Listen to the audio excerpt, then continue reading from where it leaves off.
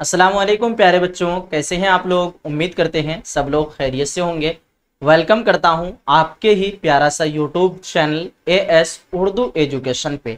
आज की क्लास में हम लोग कवर करने जा रहे हैं जुलाई मंथली एग्जामिनेशन 2024 का क्वेश्चन पेपर को पूरा फुल सॉल्यूशन करेंगे। ये 100% आपका रियल क्वेश्चन पेपर है। जिन बच्चों का एग्जाम हो चुका है आप लोग अपना आंसर की मैच कर लें। जिन बच्चों का एग्जाम होना है ये क्वेश्चन पेपर आप लोग देख करके सेम टू सेम आप लोग छाप के आ जाएंगे, ठीक है। और मैं आपको बता दूं, अभी भी अगर आप लोग दर बदर इधर मारा इधर उधर भटक रहे हैं अपनी तैयारी के लिए, तो आपकी मुश्किल से लड़ने के लिए, आपकी मुश्किल और आपकी परेशानियों को दूर करने के लिए हम लोग एएस उर्दू एजुकेशन का जो है एप्लीकेशन लॉन्च कर चुके हैं। इसका नाम है as Urdu education. Play store पे आपको अवेलेबल मिल जाएगा, वहां से डाउनलोड करके आप लोग कोर्स में ज्वाइन हो जाइए, क्योंकि यहाँ पे हम लोग पूरी तैयारी कराते हैं काफ़ी शॉर्ट टाइम में। और अगर आप लोग इस कोर्स में ज्वाइन हो जाते हैं आराम से आप लोग 97, 98, 99 तक स्कोर कर सकते हैं। मैं आपको ऐसे ही नहीं बता रहा हूं, क्योंकि 2024 में जिन बच्चों ने भी एग्जाम दिया है 99 तक यहाँ पे स्कोर ला चुके हैं इस प्लेटफॉर्म में ज्वाइन होने के बाद। इसलिए अब आप लोगों को देरी नहीं करनी चाहिए। मेरे ख्याल से आप लोगों को बहुत जल्द ज्वाइन कर लेनी चाहिए, ताकि आप भी अपना एक बेहतर फील्ड बना पाएं उर्दू प्लेटफॉर्म में, ठीक है। आइए तो क्लास को हम लोग करते हैं शुरू। सभी बच्चे देख लें, आप लोगों को दिख रहा होगा लोगो। जुलाई 2024 का उर्दू का क्वेश्चन पेपर है, क्लास 12 मंथली एग्जामिनेशन जुलाई 2024, कक्षा 12 मासिक परीक्षा, ठीक है। सारे क्वेश्चन का जवाब हम लोग सॉल्व करेंगे आज की क्लास में। और इसका जो है सब्जेक्टिव का जो नोट्स बनेगा, क्योंकि आप लोगों को नोट्स भी चाहिए होता है, इसलिए आप लोग ऐप को लाजिमी डाउनलोड कर ही लें। और कोर्स के लिए आप लोगों को डाउनलोड करना है तो फिर इसके लिए भी आप लोग डाउनलोड तो करना ही पड़ेगा, तो ऐप डाउनलोड कर ही लें सबसे पहले आप लोग, ठीक है। तो हम लोग जो कवर करेंगे ये आपका 30 ऑब्जेक्टिव पूरा बनाने के लिए बोला जा रहा है। 25 का ही जवाब देना है, लेकिन 30 को हम लोग पूरा सॉल्यूशन करेंगे। और एक भी क्वेश्चन ऐसा नहीं होगा जिसका हम लोग गलत आंसर बताएंगे, सारा 100% आपको सही आंसर दिया जाएगा, ठीक है। सबसे पहला सवाल आता है आपके पास, सवाल नंबर 1। अगर जूम करने की जरूरत हो तो आप लोग मुझे जरूर बता देंगे, ठीक है। चलिए जूम कर ही लेते हैं। तो आपके पास सवाल नंबर 1 है, ध्यान से देखेंगे। मिर्जा गालिब का इंतकाल कब हुआ? कहने का मतलब मिर्जा गालिब का जो है वफात कब हुआ। ऑप्शन है 1863 ईस्वी, 1866, 1869 और 1872। तो आप लोग याद कर लीजिए एक चीज से कि 1869 ईस्वी में जो है महात्मा गांधी की पैदाइश हुई थी, और 1869 ईस्वी में मिर्जा गालिब की इंतकाल कर गए थे। तो यहां से याद रख सकते हैं। मिर्जा गालिब का पैदाइश की अगर बात करें तो इसकी पैदाइश जो है 1797 ईस्वी में आगरा में हुई है, और वफात 1869 ईस्वी में दिल्ली में हुई है, ठीक है। चलिए बढ़ते हैं हम लोग। अगला सवाल आपके पास सवाल नंबर 2 है, ओदे हिंदी क्या है, ठीक है। तो मिर्जा गालिब का एक खतूत का मजमुआ का नाम है ओदे हिंदी, एक का नाम है उर्दू मुअल्ला। खतूत का मजमुआ में जो है बहुत सारे खतूत शामिल होते हैं, खत की जमा खतूत होती है, इसलिए खतूत का मजमुआ नाम पड़ जाता है उसका। मिर्जा गालिब का 2 खतूत का मजमुआ है, एक है ओदे हिंदी, एक है उर्दू मुअल्ला। तो ये क्या है? ये एक खतूत का मजमुआ है। ऑप्शन दे रखा है अफसानवी मजमुआ, खतूत का मजमुआ और शेरी मजमुआ, उसके बाद मजामीन का मजमुआ। तो आप सब बताएंगे ऑप्शन नंबर बी, यानी खतूत का मजमुआ। जिन बच्चों को आंसर आता होगा आप लोग आंसर शीट जो है कमेंट सेक्शन में, लाइव सेशन में दे सकते हैं, ठीक है। अगला सवाल 3 नंबर पे, सैयद सुलेमान नदवी किसके शागिर्द थे? कहने का मतलब स्टूडेंट थे, ठीक है।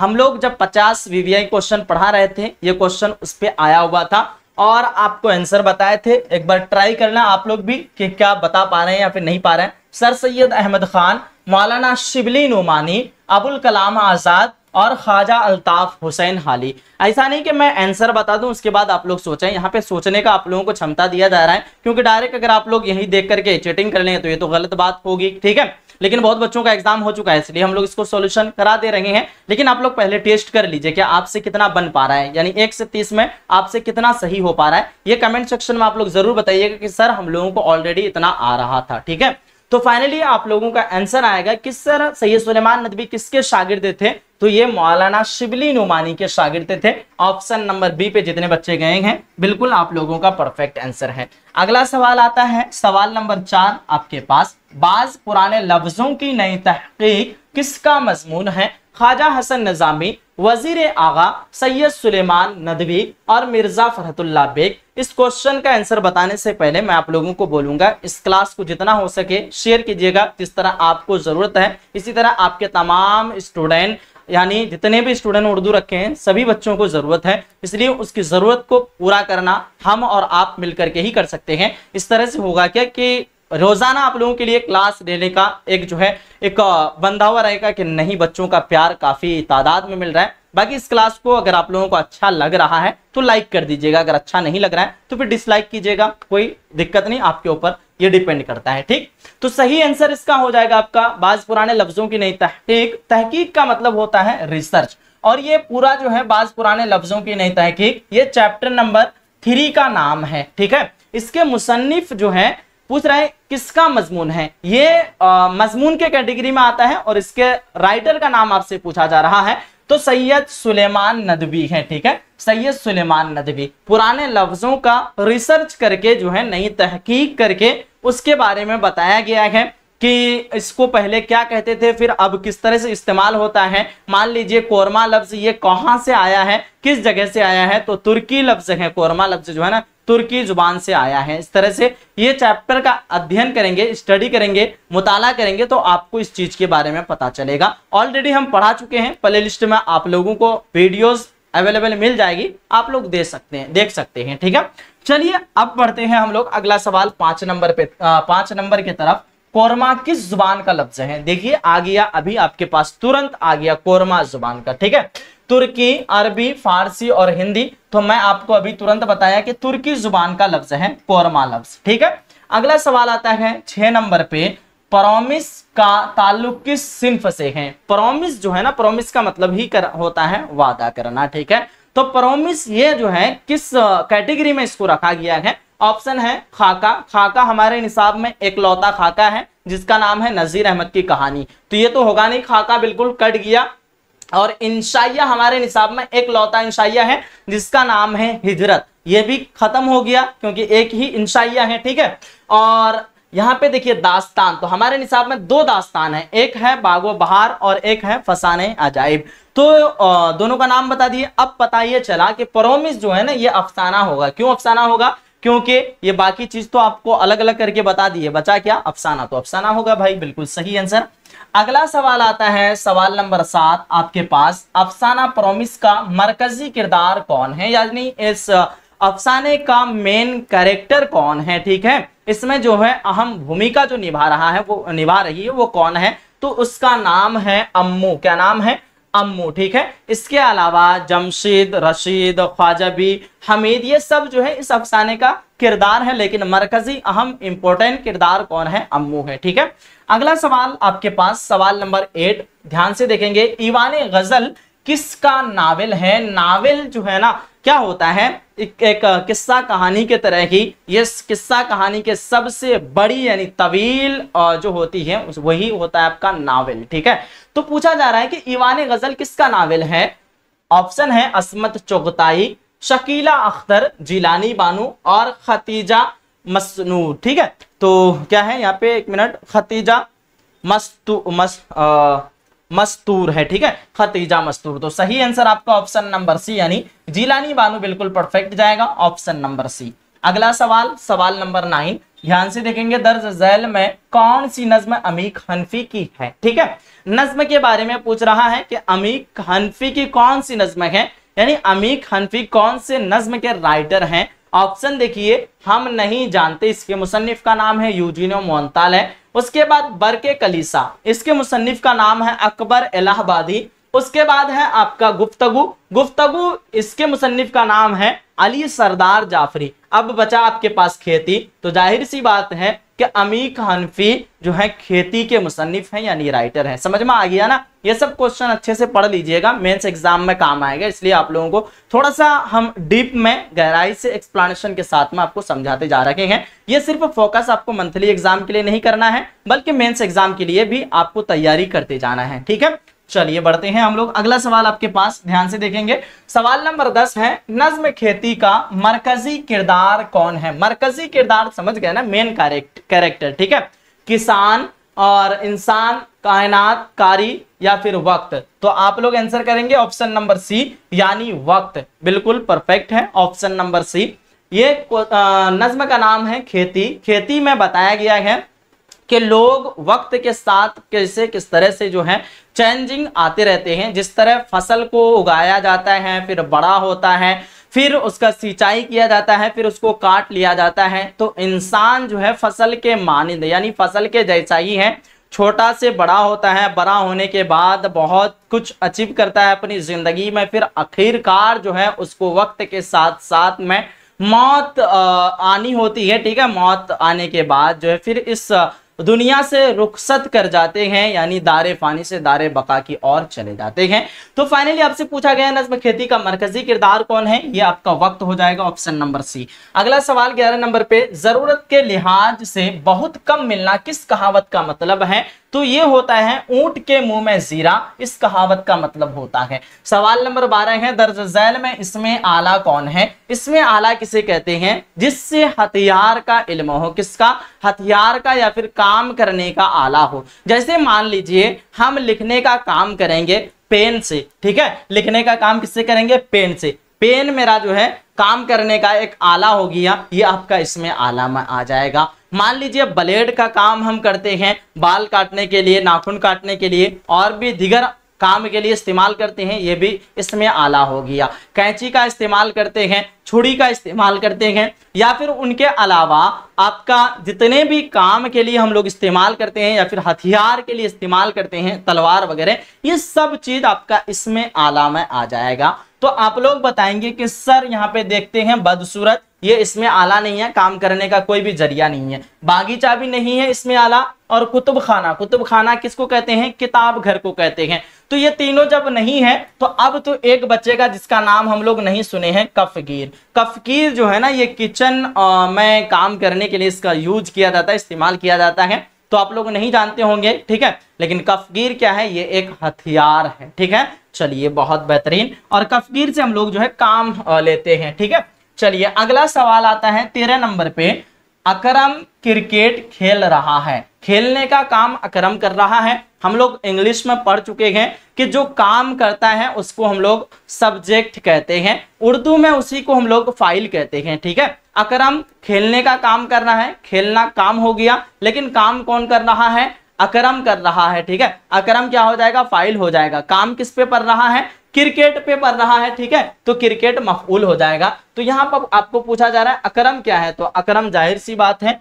कि ये फाइल होगा, यानी काम करने वाला, कर्ता यानी सब्जेक्ट। ठीक है, क्लियर हो गए सब लोग? अगला सवाल आपके पास ध्यान से देखेंगे सभी बच्चे। सवाल नंबर 14 है, दर्ज झैल में इसमें मुकब्बर की पहचान कीजिए। एक होता है इसमें मुसग्गर, एक होता है इसमें मुकब्बर। इसमें मुसग्गर जिससे किसी छोटी चीज की पता चले या फिर किसी छोटा चीज का आपको एहसास हो, पता चले। जैसे एग्जाम्पल के तौर पर मान लीजिए एक बड़ा सा है, उसको हम लोग थाल कहते हैं।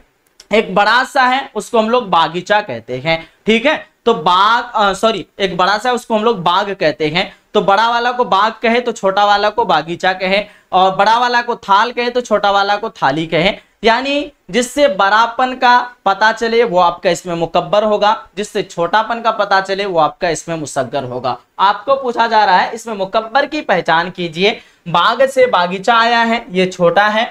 उसके बाद पहाड़ से पहाड़ी आया है, ये भी छोटा है। और ताक से ताकचा आया है, ये भी छोटा है। पता ये चला कि इसमें मुकब्बर बाग होगा। ऑप्शन नंबर सी बिल्कुल सही है। और ये सब जो ग्रामर पढ़ा रहे हैं, एक बार कॉन्सेप्ट समझ लिए आप लोग तो दोबारा आपको इसको पढ़ने की जरूरत भी नहीं होगी। ऑटोमेटिकली आपका कभी भी ग्रामर से कोई भी क्वेश्चन आएगा ऑटोमेटिक बनते जाएगा। ठीक है, इसलिए समझ के मैं आप लोगों को पढ़ा रहा हूं ताकि काम आए फ्यूचर के लिए, ना कि सिर्फ चोरी के लिए। ठीक है, चोरी के लिए आप लोगों को काम में नहीं लाना है।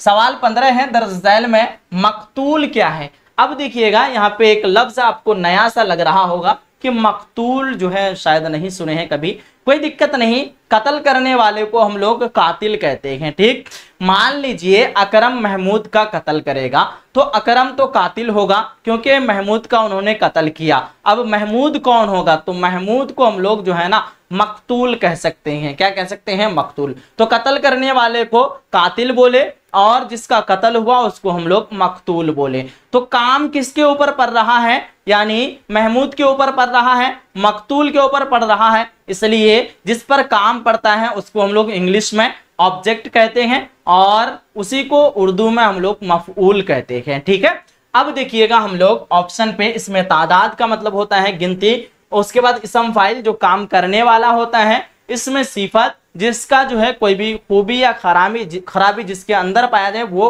उसका सिफत होता है। ठीक, अब यहाँ पे आप लोगों को ऑप्शन नंबर सी पे दिख रहा होगा, इसमें मफऊल बिल्कुल परफेक्ट हो जाएगा। मकतूल जो है ना इसम मफऊल हो जाएगा। इसम मफऊल कैसे होगा, मैं आपको पूरा टॉपिक अच्छे से समझा दिया। ठीक है, अगला सवाल आता है 16 नंबर पे, सैयद सुलेमान नदवी की वफात कब हुई। तो सैयद सुलेमान नदवी की वफात होती है 1953 ईस्वी में, 1884 ईस्वी में इसकी जो है पैदाइश होती है। नालंदा जिला में एक जगह का नाम है दसना, वहीं पे इनकी पैदाइश होती है और मैं रात में ही आप लोगों को पढ़ाया था। ठीक है, ये क्वेश्चन कवर करा चुका हूं ऑलरेडी। अगला सवाल 17 नंबर पे, अम्मू किस बीमारी में मुब्तला थी। ठीक है, अम्मू जो है अफसाना प्रॉमिस का मरकजी किरदार है, ये तो आपको पता चल चुका है, लेकिन ये इसको जो है कौन सा बीमारी था। ठीक है, किस बीमारी की वजह से ये काफी परेशान थे, मुब्तला थे। ठीक है, अब आपके पास ऑप्शन है टीबी, उसके बाद कैंसर, फालिज और आपका क्या है, ये थोड़ा सा धुंधला दिख रहा है मुझे। ठीक है,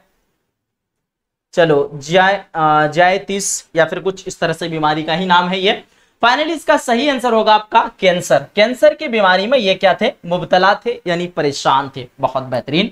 अगला सवाल आपके पास सवाल नंबर 18 है, अली सरदार जाफरी को पद्मश्री के अवार्ड से कब नवाजा गया। ठीक है, तो अली सरदार जाफरी को पद्मश्री के अवार्ड से 1967 ईस्वी में नवाजा गया था, यानी ये पुरस्कार इसको 1967 में दिया गया था। अगला सवाल आता है आपके पास, ध्यान से देखेंगे 19 नंबर क्वेश्चन, लफ्ज हना के क्या माना है। तो लफ्ज हना का मानी होता है मेहंदी। क्या होता है भाई, मेहंदी जो पहनते हैं हाथों में लड़कियां। आजकल तो लड़के थोड़ा सा कम कर दिए, लेकिन लड़कियां जो है ना हर फंक्शन में उनको पहनना जरूरी हो जाता है। हालांकि उनके लिए जायज भी है मेहंदी पहनना और लड़कों के लिए जायज नहीं है। ठीक है, ख्याल रखेंगे इस चीज का।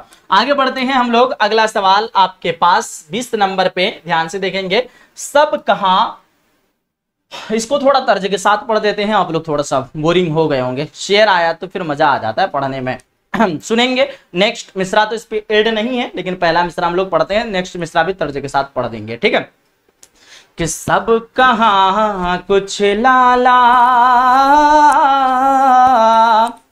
वो गुल्मे नुमाया हो गई,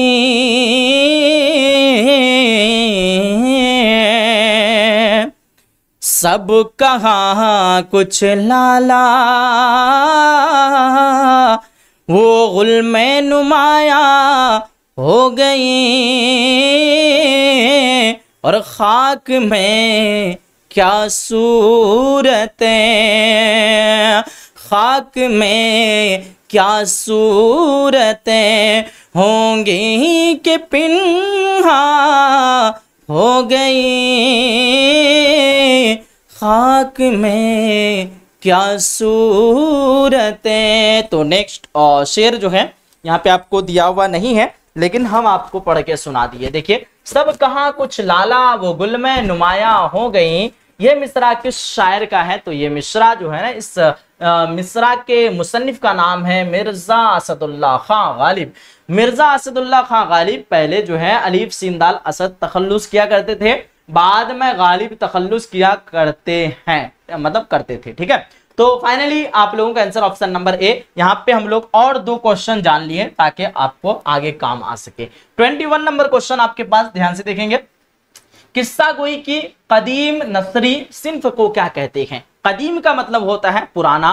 पुराना सिन्फ को क्या कहते हैं? तो आप लोग सुने होंगे, मेरी जो है ना लंबी दास्तान है। दास्तान में एक कहानी नहीं होता है, बहुत सारे कहानी का जो है ना उसमें ऐड किया हुआ होता है। जैसे आपके निसाब में जो एक दास्तान का नाम है बागो बहार, असल में वो एक किताब का नाम है। उस किताब से एक छोटा सा इक्तिबास आपकी किताब में उठा के दे दिया गया है, ठीक है। और उस किताब का नाम है बागो बहार। उस बागो बहार में जो है टोटल 5 किस्सा ऐड किया हुआ है, 4 फकीर का, 1 आजाद बख्त का, ठीक है। तो याद रखिएगा आप लोग कि किस्सा गोई की कदीम नसरी सिन्फ को क्या कहते हैं? तो कदीम यानी पुराना, नसरी सिन्फ, नसर का मतलब होता है बातचीत वाला, किस्सा कहानी वाला, तो ये एक दास्तान हो जाएगा, ऑप्शन नंबर सी, ठीक है। अगला सवाल आता है 22 नंबर पे, फसाने अजाइब किसकी दास्तान है? तो फसाने अजाइब में स्टार्टिंग में बताया था, रजब अली बेग सरवर इसके मुसन्निफ हैं, फसाने अजाइब के मुसन्निफ, ठीक है। अगला सवाल आपके पास 23 नंबर पे, फसाने अजाइब कहाँ लिखी गई है? तो फसाने अजाइब जो है ना ये कानपुर में लिखी गई है। कहाँ पे? कानपुर में लिखी गई है। इसमें थोड़ा सा डाउट लग रहा है, आप लोग हो सके तो इसको नहीं मारिएगा, कानपुर या लखनऊ, ये दोनों में कोई होगा, बट ठीक है, इसको पेंडिंग में रखते हैं। लेकिन मुझे लग रहा है कानपुर, लखनऊ या कानपुर कुछ होगा, ये दोनों में ही होगा। बाकी इलाहाबाद और फैजाबाद तो ये 100% पता है कि नहीं है, ठीक है। चलिए दोनों में आप लोग थोड़ा सा बता दीजिएगा, कंफर्म करा दीजिएगा। मुझे लग रहा था कानपुर ही होगा, ठीक है ना। चलिए, और एक जो है आपका बागो बहार भी है, एक दास्तान का नाम, ठीक है।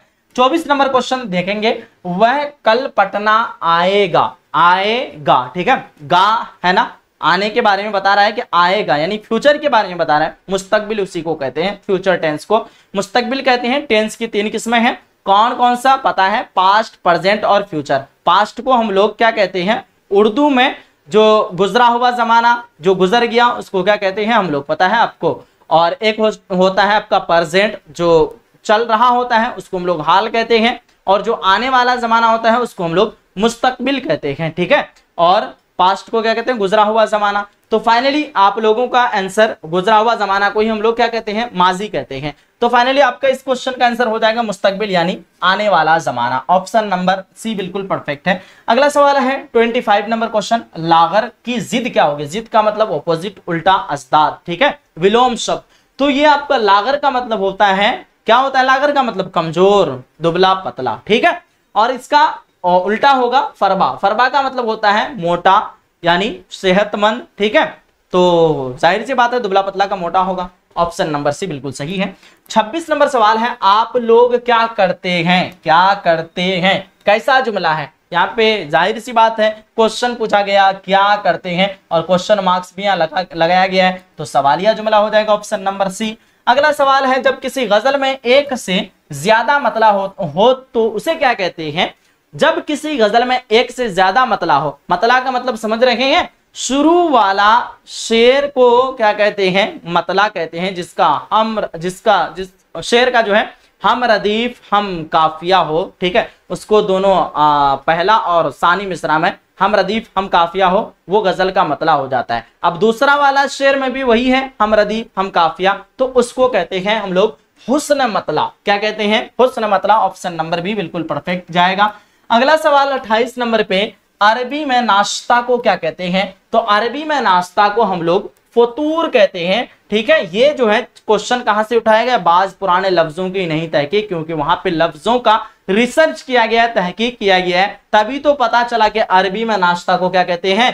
फतूर कहते हैं। जब चैप्टर पढ़ेंगे आप तभी आपको समझ में आएगा अच्छे ढंग से। 29 नंबर सवाल है, मुहावरा आंखों का तारा होना का क्या मतलब है? तो मुहावरा आंखों का तारा होना का मतलब होता है बहुत प्यारा होना। क्या होता है? बहुत प्यारा होना, ठीक है। ऑप्शन नंबर ए बिल्कुल परफेक्ट जाएगा। अगला सवाल 30 नंबर पे, और ये आखिरी क्वेश्चन आपका, ये पुरानी गाड़ी है, ठीक है। यहाँ पे क्या है? एक लफ्ज है पुरानी। क्या है? एक लफ्ज आपका याद रखिएगा, पुरानी है, ठीक है, पुरानी। और एक लफ्ज है आपका गाड़ी। क्या है? एक लफ्ज गाड़ी, याद रखिएगा। तो यहाँ पे गाड़ी के बारे में बताया जा रहा है कि गाड़ी क्या है? पुरानी है, ठीक है। किसके बारे में बताया जा रहा है? गाड़ी के बारे में। तो अब याद रखिएगा, मान लेते हैं ये कलम है, ये कलम क्या है?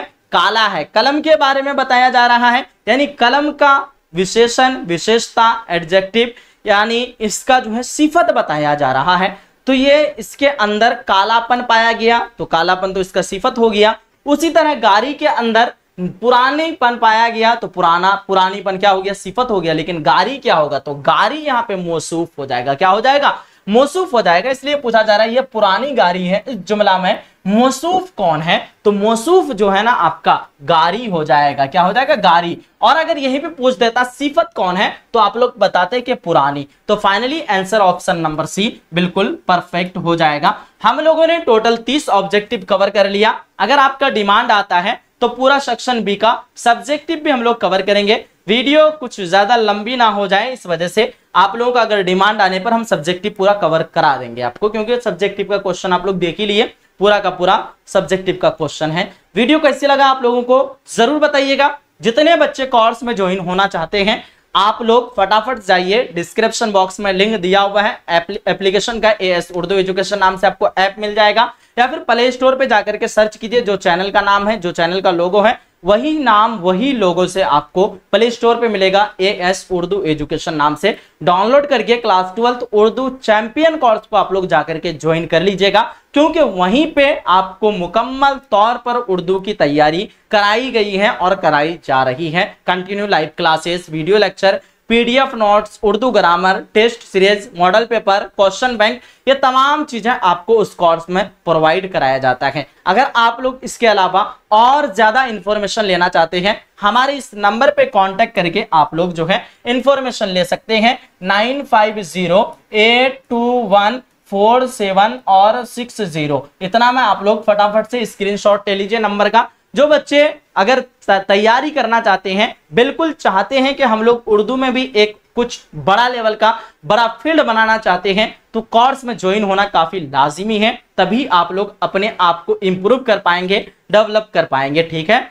चलिए बताइएगा, फीडबैक देके जाइएगा। आज की ये क्लास आप लोगों को कैसा लगा। मिलते हैं एक अगली सेशन में, अगली क्लास में। जब तक के लिए खुदा हाफिज, अल्लाह हाफिज एंड जय हिंद, जय भारत।